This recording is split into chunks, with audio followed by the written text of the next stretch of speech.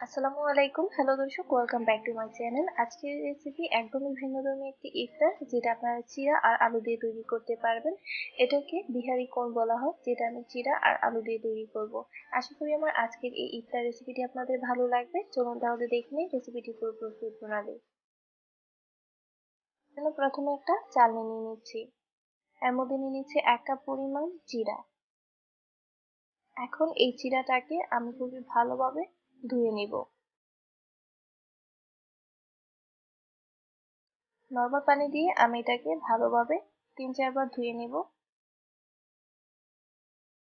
হাত দিয়ে এইভাবে একটু ঘষে ঘষে ধুয়ে নিতে হবে।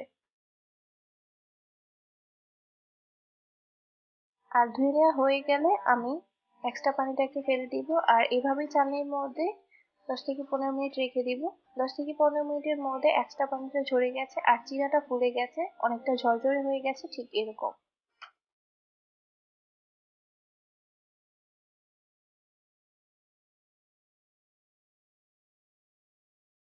এ পর্যায়ে আমি চিড়াটা নিয়ে নিচ্ছি, আর সাথে দিয়ে দিচ্ছি মাঝারি সাইজের একটা আলু, যেটা আমি গ্রেটার দিয়ে গ্রেট করে নিয়েছি।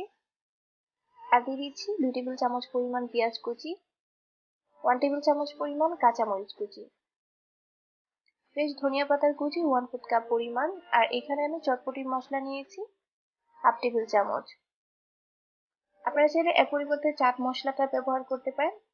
আর দিয়ে দিচ্ছি হাফ চা চামচ পরিমাণ লাল মরিচের গুঁড়া, 1/4 চা চামচ পরিমাণ গোলমরিচের গুঁড়া। চটপটি মশলাটা দিলে স্বাদটা অনেকটা বেড়ে যায়, আর খুবই কম মশলা দিয়ে এটা তৈরি করলেও এটা খেতে খুবই মজার। এখন সবকিছু একসাথে ভালোভাবে মিশিয়ে নেব।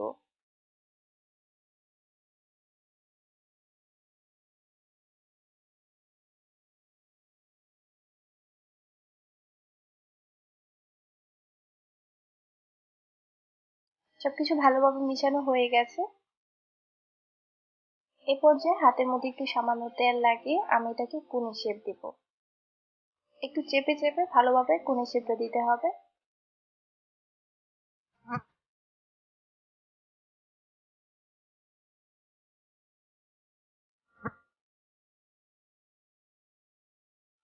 আর ভিডিওতে লক্ষ্য করুন আমি কিভাবে কোণে শেপটা দিচ্ছি।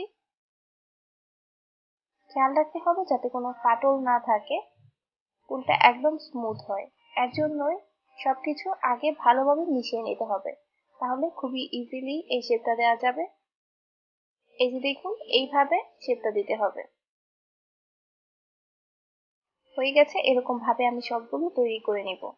একইভাবে আমি সবগুলো তৈরি করে নিয়েছি। এখানে নিয়ে নিচ্ছি 1/4 কাপ পরিমাণ আটা, আর সাথে দিয়ে দিব টোটাল 2 কাপ পরিমাণ পানি। প্রথমে আমি 1/4 কাপ দিয়ে দিলাম, এখন ভালোভাবে মিশিয়ে নেব।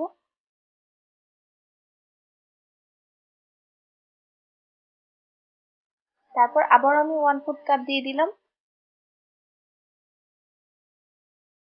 এখন সবকিছু একসাথে ভালোভাবে মিশিয়ে নেব। খেয়াল রাখতে হবে যাতে কোনো লাম্পস না থাকে।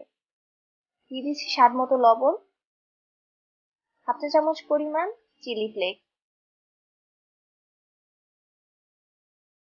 ভালোভাবে মিশিয়ে নিতে হবে। মিশানো হয়ে গেছে। এই যে ব্যাটারের ঘনত্বটা ঠিক এরকম থাকবে। এখন একটা কোণ নিয়ে প্রথমে আমি আটার ব্যাটারের মধ্যে দিয়ে এইভাবে ব্যাটারটাকে চারপাশে লাগিয়ে দিব।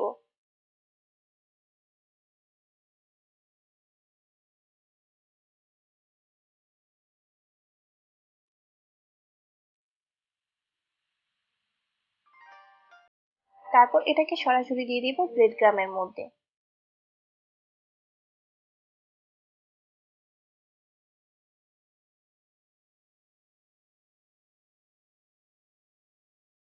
ব্রেড ক্রামের মধ্যে এইভাবে চেপে চেপে চারপাশ থেকে ভালোভাবে কুট করে নিতে হবে। এই যে দেখুন, কুট করা হয়ে গেছে।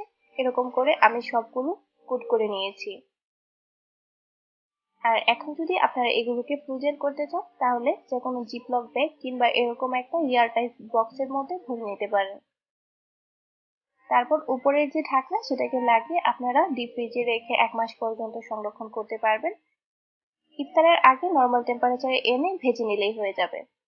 ভাজার জন্য এখানে নিয়েছি পর্যাপ্ত পরিমাণে সয়াবিন তেল। মিডিয়াম হিটে প্রথমে তেলটাকে গরম করে নিতে হবে, তারপর চুলার আঁচটাকে মিডিয়াম টু লো করে দিতে হবে। আপনারা যদি এগুলোকে হাই হিটে ভাজেন তাহলে কিন্তু উপর থেকে ক্রিসপি হবে, কিন্তু কিছুক্ষণ পরেই এগুলো নরম হয়ে যাবে। এর জন্য মিডিয়াম টু লো হিটে ভেজে নিতে হবে। আমি প্রথমে 3টা দিয়ে দিলাম, তারপর হালকা একটু নেড়ে দিচ্ছি।